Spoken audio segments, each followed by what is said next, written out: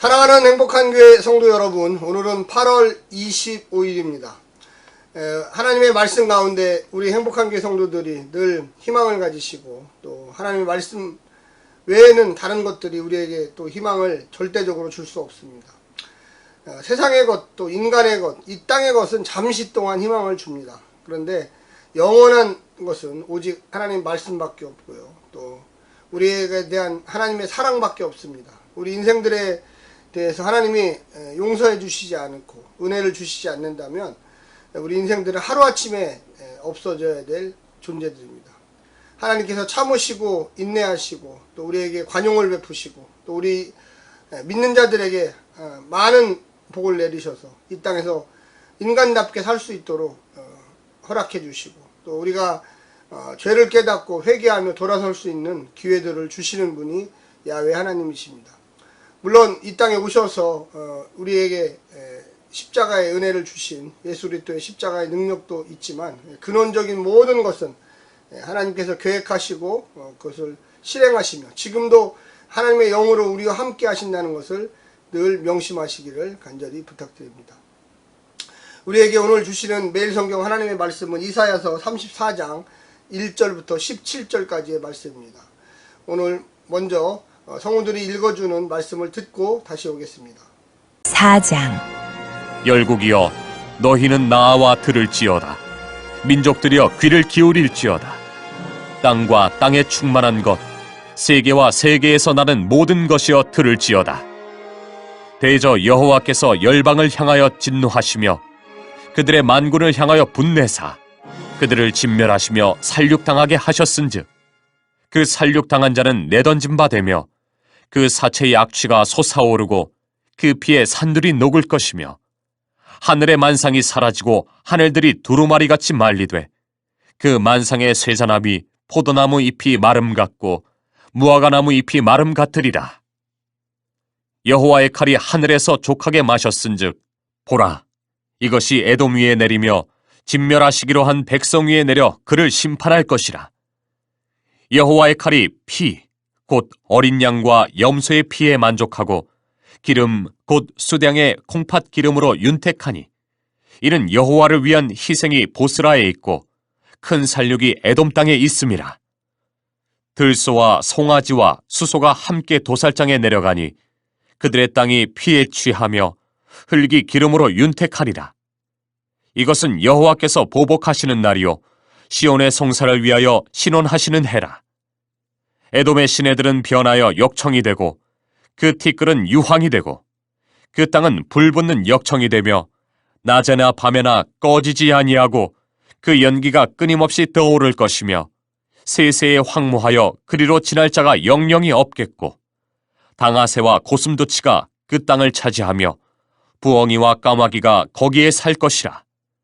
여호와께서 그 위에 혼란의 줄과 공허의 줄을 들이우실 것인즉 그들이 국가를 이으려 하여 귀인들을 부르되 아무도 없겠고 그 모든 방백도 없게 될 것이요 그 궁궐에는 가시나무가 나며 그 견고한 성에는 엉겅퀴와 새품이 자라서 승냥이의 굴과 타조의 처소가 될 것이니 들짐승이 이리와 만나며 수렴소가 그 동류를 부르며 올빼미가 거기에 살면서 쉬는 처소로 삼으며 부엉이가 거기에 깃들이고 알을 낳아 까서 그 그늘에 모으며 솔개들도 각각 제 짝과 함께 거기 모이리라. 너희는 여호와의 책에서 찾아 읽어보라. 이것들 가운데서 빠진 것이 하나도 없고 제 짝이 없는 것이 없으리니 이는 여호와의 입이 이를 명령하셨고 그의 영이 이것들을 모으셨음이라. 여호와께서 그것들을 위하여 제비를 뽑으시며 그의 손으로 줄을 띄어 그 땅을 그것들에게 나누어 주셨으니 그들이 영원히 차지하며 대대로 거기에 살리라.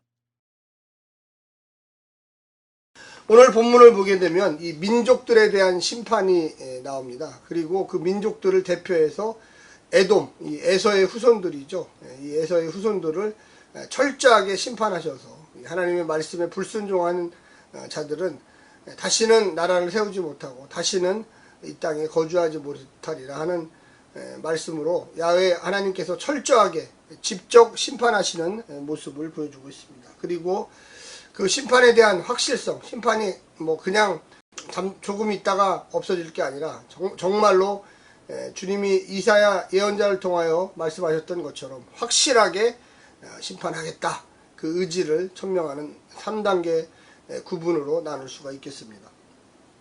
먼저 민족들에 대한 심판을 잠깐 보게 되면 이 민족들은 대표하지만 이 율법을 모르는 자들, 그 모든 하나님의 창조물들이 하나님의 심판의 시기에 나와서 심판을 받는다는 것입니다. 그래서 1절에도 보면 열국이여 너희는 나와 들을지어다. 그래서 이 땅에 있는 모든 나라들이 하나님의 말씀을 청종하라는 것이죠. 그리고 땅과 땅에 충만한 것, 세계와 세계에 나는 모든 것들이 들을지어다. 그러니까 뭐 이 땅만 심판하는 것이 아니라 하늘까지도 포함해서 심판을 하겠다는 것입니다.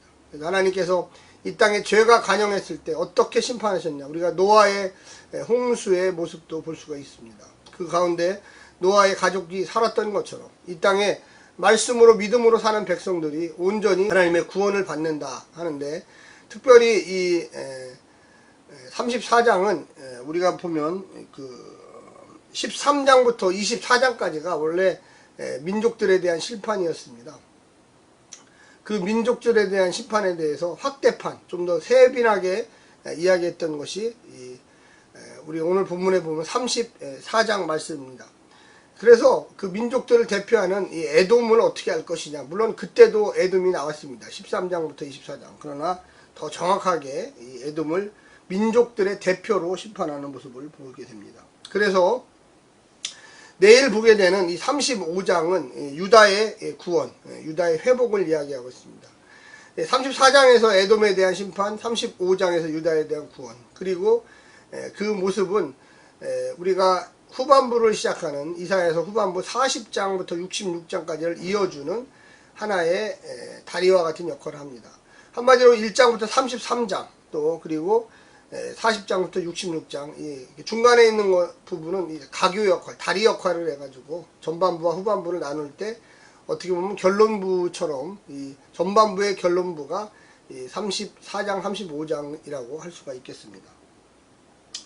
오늘 우리가 보게 되는 이 민족들의 심판은요, 보게 되면 이 거룩한 전쟁이다, 이렇게 이야기할 수 있습니다. 이 거룩한 전쟁은 하나님이 직접 하시는 전쟁이다. 그래서 하나님한테 대적할 자가 없지 않습니까? 하나님이 전쟁하면 무조건 이기죠. 그래서 이걸 홀리워다, 거룩한 전쟁. 그래서 보면 하나님이 진노하시다, 일방적인 전쟁이죠. 하나님이 인간과 싸워서 뭐 진리가 있겠습니까? 무조건 이기시죠. 그래서 피조물이었던 인간들이 죄를 범해서 그들의 죄를 심판해야 되는 것을 전쟁으로 묘사하면서 진노하시다. 그래서 하나님이 온 땅을 시체 썩은 냄새로 진동케 하며 모든 것들을 다 황폐화시켜버리는 내용들을 담고 있습니다.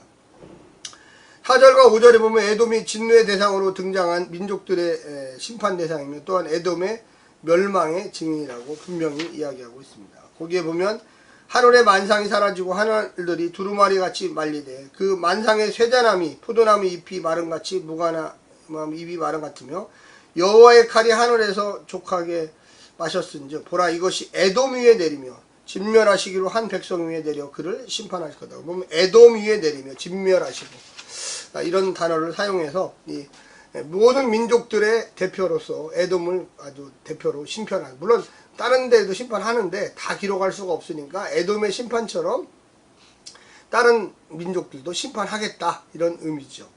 5절부터 15절까지는 그 대표인 에돔을 심판하는 장면들이 나옵니다. 심판의 대상이 민족들에서 에돔으로 이제 바뀌었습니다. 대표이기 때문에 그렇습니다. 야훼의 칼로 묘사된 이 기본적인 무기는 우리가 또 다른 에스겔서 21장 3절부터 5절까지 해서 보면 하나님이 칼을 들고 위에서 내려오신다. 이 진노의 칼이죠. 심판의 철저성을 보여줍니다. 완벽하게 심판하겠다는 거죠. 에돔에 대한 큰 사륙이 야훼 제사의 제의적으로 표현됐습니다. 이 제사 드린다는 건 뭐 불태우고 그 다음에 향을 보내고 뭐 이런 것처럼, 그러니까 전쟁이라는 거, 하나님의 심판, 또 하나님의 분노하심, 진노하심이 그런 제의적으로 불태워서 없애고 뭐 이런 아주 화를 근원적으로 제거하는 그런 모습으로 나섭니다. 특별히 이 에돔의 수도, 이 보스라라는 단어가 나옵니다. 이 에돔의 수도인데 해발 1000m 이상의 천의 요새로 되어 있습니다. 예루살렘처럼. 근데 야훼의 칼을 피할 수가 없죠. 왜 그렇습니까? 위에서부터 내려오는 칼을 어떻게 피합니까? 들소, 힘과 능력의 상징이고, 젊은 소, 희생제사를 드릴 때 쓰는 소인데 모두 심판하겠다는 겁니다. 한마디로 이게 상징적이지만 아까도 제의적으로 제사 드리는 모습처럼 다 태워서 없애겠다는 거죠. 야훼께서 에돔에게 보복하시는 날 시온의 송사를 위해서 신원한다. 신원. 이 신원한다는 건 뭐냐면 억울한 사람이 이 힘 있는 재판장에게 나의 억울함을 들어달라고 한다는 것입니다. 지금까지 유다가 억울함을 많이 당했어요. 누구한테요? 예, 에돔한테 그렇죠. 예, 그래서 같은 가나안 땅에 살고 있지만 같은 어떻게 보면 이삭의 자손이죠. 그래서 에서 야곱. 근데 이 에서가 이 에돔이라고 하는 족속을 이루어서 이 같은 동생의 자손 이스라엘을 아주 굉장한 그 심판을 했습니다. 그래서 야곱 그를 굉장한 어려움에 처하도록 많이 만들었습니다. 그래서 그거에 대한 참고 참았다 뭐 이런 얘기가 될 수 있습니다. 그 옛날부터 시온의 법적 권리를 되찾기 위해 야훼의 보복이 시작되고요. 그래서 시온의 주인은 오로지 하나님밖에 없다. 내 거다 이런 얘기죠. 하나님의 보복은 하나님의 정의 실현과 불법은 징계를 위해서 이런 것을 통해서 모두 다 이제 해소됩니다. 그러니까 심판이라는 게 징계며 그런 징계를 통해서 하나님의 정의가 반듯하게 서도록 이렇게 한다는 것입니다. 에돔의 멸망은 소금바다 이 소돔과 고모라의 같은 행위입니다. 그래서 완전히 멸망당했지 않습니까?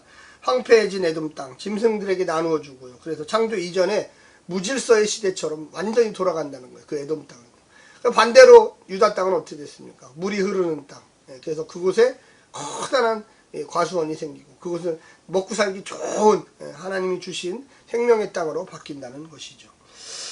우리가 이 본문을 보면서 배울 수 있는 것은 하나님의 진노가 얼마나 무서운가. 물론 모든 사람들은 하나님 앞에 서야 됩니다. 최후의 심판 때. 그래서 그가 예수를 믿느냐, 선하게 살았느냐, 하나님의 뜻 가운데 하나님 나라 위해서 노력했느냐 이런 걸 다 질문받게 되고 또 거짓말 없이 자백해야 됩니다. 또 에돔을 향한 이 정의는 하나님께서 이 땅의 그 불의를 그냥 넘어가시지 않는다는 거예요. 하나님은 때가 되면 어느 정도 때가 되면 다 심판하시고 그들이 행했던 대로 그 악함대로 하나님께서 갚아주시겠다는 겁니다. 그래서 하나님의 말씀은 흐트러짐 없이 반드시 이루어진다는 걸 깨달아야 합니다.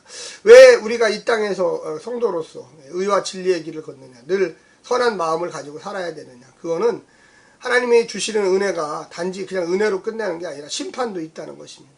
선하게 사는 자에게 축복이 있고요, 상이 있고 악하게 사는 자는 반드시 이 땅에서나 또 내세에서나 하나님께서 반드시 그 악의 뿌리를 불태워 없애시리라 이렇게 약속하셨습니다. 우리가 그런 믿음, 하나님께서 공의로우신 분이고 정의로우신 분이라는 그 믿음을 가지고 오늘 하루도 승리하시기를 간절히 부탁드립니다. 샬롬.